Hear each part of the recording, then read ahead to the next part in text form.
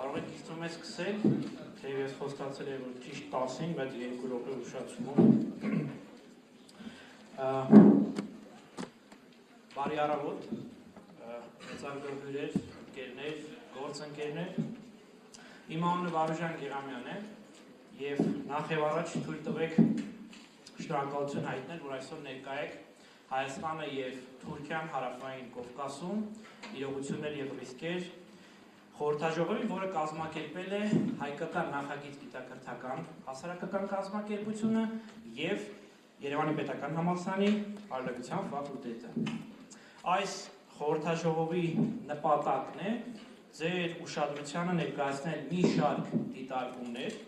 եւ արձանագրումներ այն մասին, թե ներկայումս ինչ է իրենից ներկայացնում մեր տարածաշրջանում թուրքական գործոնը հարավային Կովկասում։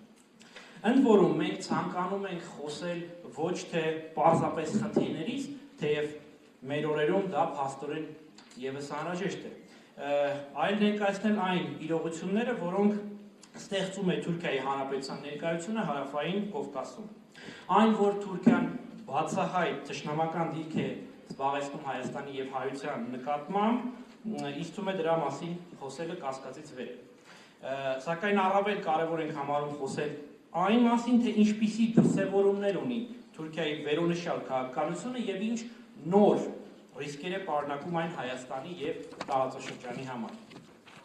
Մինչ բուն զեկույցներին անցնելը, հարգելի հյուրեր, ես կցանկանամ ձեզ հետ կիսվել մի քանի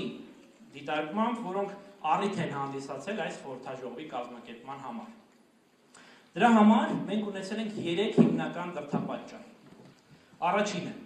2020 թվականի Արցախյան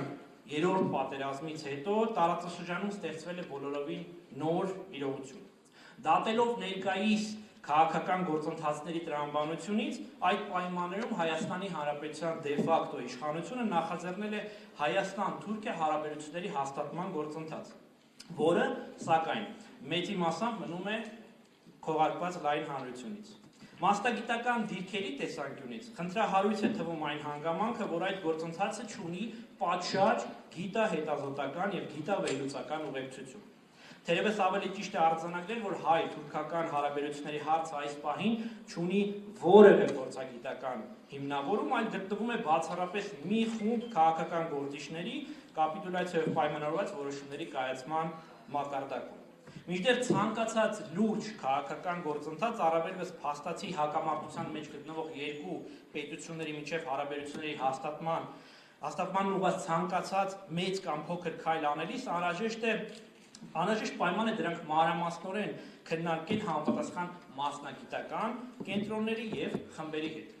Այսպիսի մոտեցումը կայացած եւ արդյունավետ պետական համակարգի կարևորագույն գրավականներից է, ինչը ցավոք այս պահի մեզանում բացակայում է։ Ուստի մենք անհրաժեշտ ենք համարում, մենք թեմայով զբաղվող մասնագետներս առաջին հերթին անհրաժեշտ ենք համարում այդ գործընթացը նախաձեռնել ինքնուրույն հուսալով, որ մեր բարձրաձայնած հարցերն ու դիտարկումները հիմք կծառայեն դե ֆակտո որոշում կայացողների համար։ Հաշվի առնելով այն հանգամանքը, որ Թուրքիայի հետ մեր հարաբերությունների հարցը ոչ սովորական խնդիր է եւ գտնվում է պետական ու համազգային քաղաքականության առանցքում, պատահական չէ, որ այսօր այս դահլիճում ներկա են ամենատարբեր ոլորտների ներկայացուցիչներ։ Մենք վստահ ենք, որ այս քննարկումները անհրաժեշտ են մեր պետությունը հնարավոր արհավիրքներից ապահովագրելու համար։ Խորհրդաժողովը կազմակերպելու երկրորդ պատճառը այն պարզ իրողությունն է, որ հարավային Կովկասը, որը գոյություն ուներ մինչև 2020 թվականի սեպտեմբերի 27-ի առավոտ, այն այլևս պատմություն է։ Տարածաշրջանում ստեղծվել է բոլորովին նոր իրավիճակ, որը ստիպում է մեզ ոչ միայն արձանագրել այդ փոփոխությունը, այլև պատրաստվել այդ փոփոխություններից բխած հնարավոր ռիսկերի։ Կարծում ենք, որ վերջին օրերի եւ շաբաթների իրադարձությունները պետք է որ շատ համոզիչ կերպով ցուցադրած լինեն այս նոր իրադրության բարդությունը։ Ուստի ներկայումս ել ավելի մեծ է դառնում մասնագիտական հիմնավոր քննարկումների անհրաժեշտությունը, ինչպես նաեւ դրանց շարունակականությունը։ Մենք այստեղ գտնվողներս որպես մասնագետներ այս ուղղությամբ կլինենք հնարավորինս հետևողական։ Եվ վերջապես խորհրդաժողովը կազմակերպելու երրորդ պատճառը, սիրելի ընկերներ,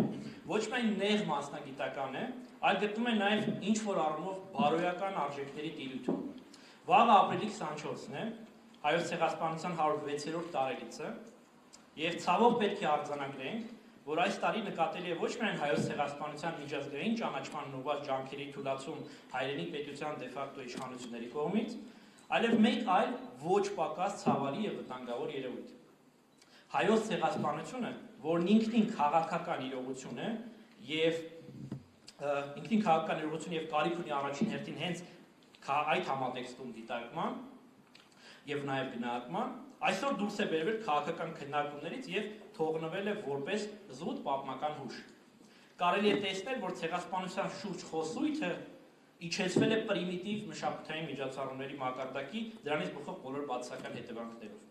Մենք արձանագրել ենք ցավոք սրտի այս տարի պետական բարձր մակարդակի որևէ գիտական միջոցառում չի իրականացվել, ցավոք սրտի։ Մինչդեռ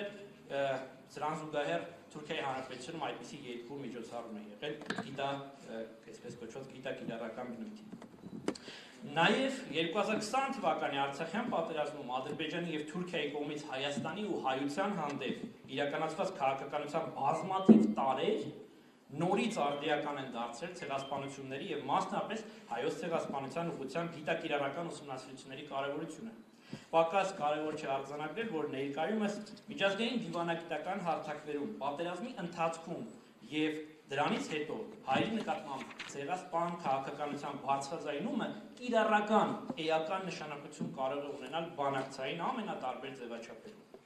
Այնպես որ արդիականության մասով կարծում եմ որևէ մեկի մոտ հարցեր չկան։ Եվ հենց այս գիտակցությամբ մենք որոշեցինք ապրիլ 24-ին ընդառաջ մասամբ լրացնել առաջացած բացը, դարձյալ հուսալով, որ մյուս տարի այսպիսի բարձիթողի իրավիճակի ականատեսը չենք լինի։ Հարգելի ներկաներ, այստեղ առաջարկում եմ անցնել բուն զեկուցումներին, սակայն հաշվի առնելով օրվա խորհուրդը, մինչ այդ կխնդրեմ 1 րոպե լրությամբ հարգենք ոչ միայն 15 թվականի եւ դրան հետեւած ցեղասպանությունների, այդ թվում 2020 թվականի պատերազմի ընթացքում անմեղ զոհերի հիշատակը մխելու համար նման արհավիրքները։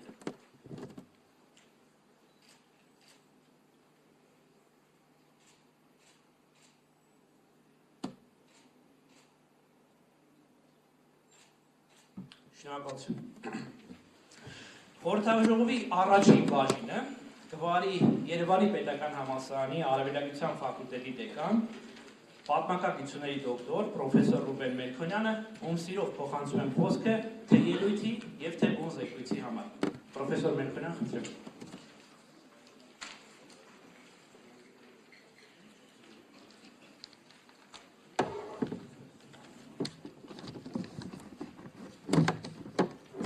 Շնորհակալություն, հարգելի ներկաներ,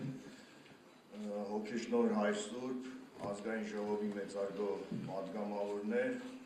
մեծարգո գոլեգաներ, դասախոսներ, գիտնականներ, դիվանագիտական ներկայացուցչությունների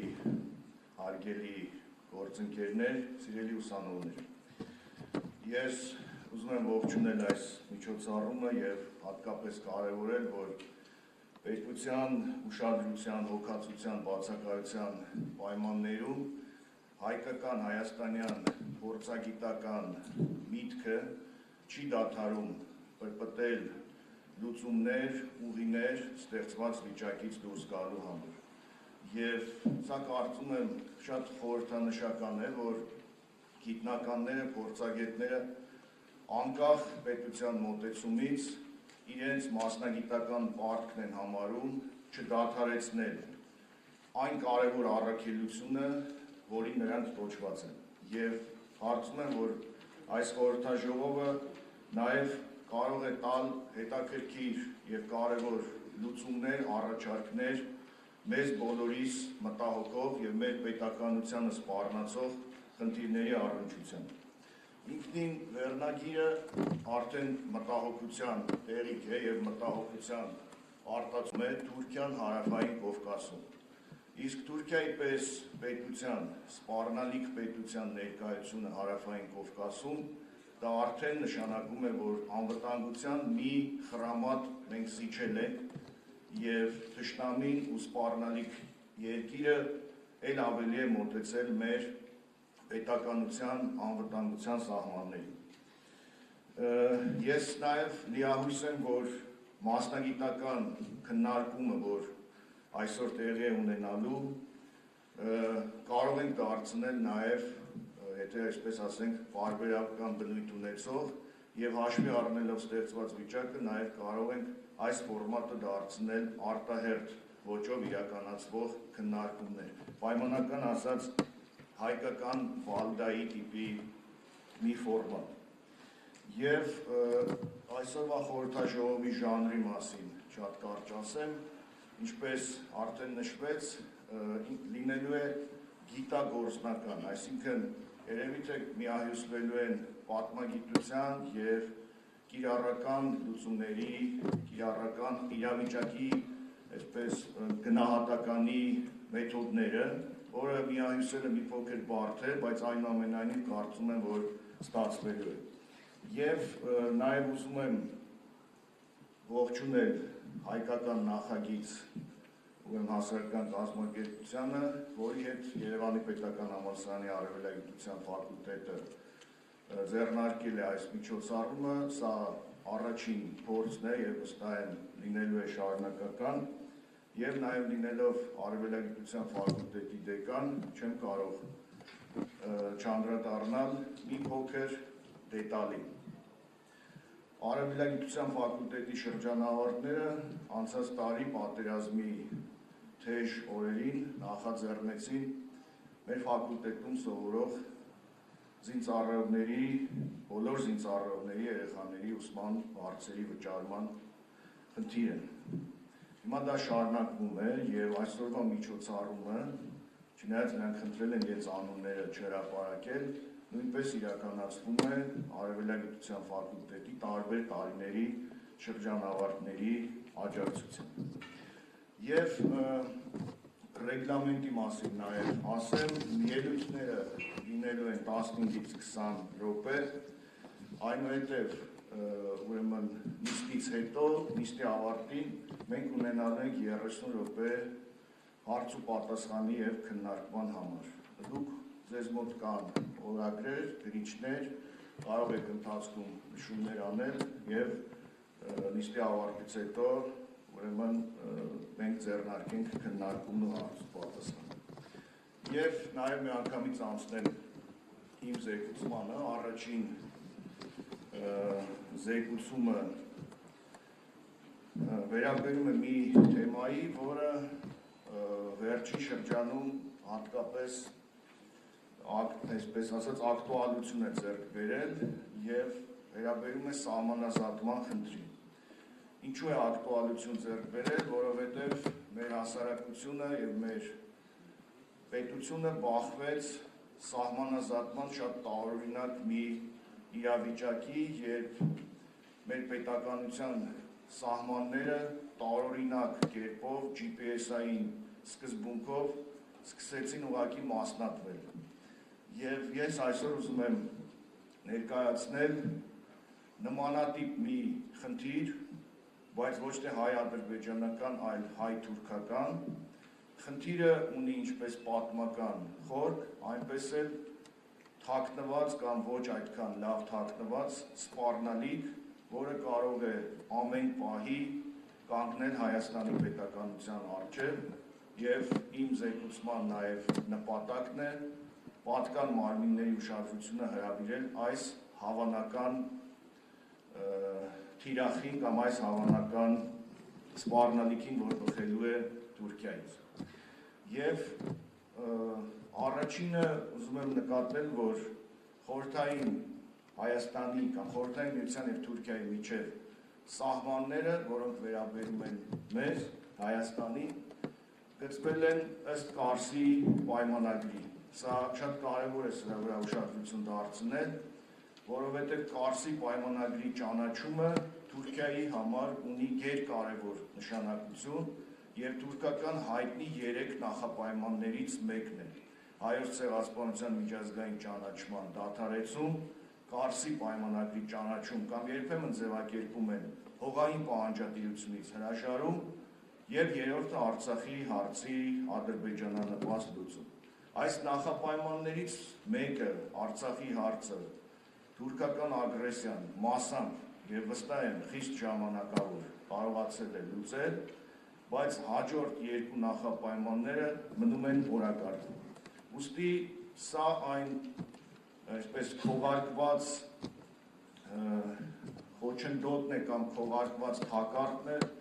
որտեղ կարող է Հայաստանը հայտնվել հատկապես ոչ հմուտ դիվանագիտության պայմաններում ու պարագայում։ Առաջին անգամ այս սահմանազատումը Հայաստանի և Թուրքիայի միջև եղել է 1924-26 թվականներին և սրանով ուրվագծվել է այն սահմանը, որ մենք հիմա ունենք Թուրքիայի հետ, բայց հիմքը Կարսի պայմանագիրն է և հետագայում տարբեր տարիներին կապված տեխնիկական խնդիրների հետ, գետի հունի փոփոխություն եւ այլն, առաջ է եկել ուրեմն նոր սահմաններ գծելու կամ վերասահմանազատման խնդիր։ Եվ այդ վերասահմանազատման մի կարևոր դրվագ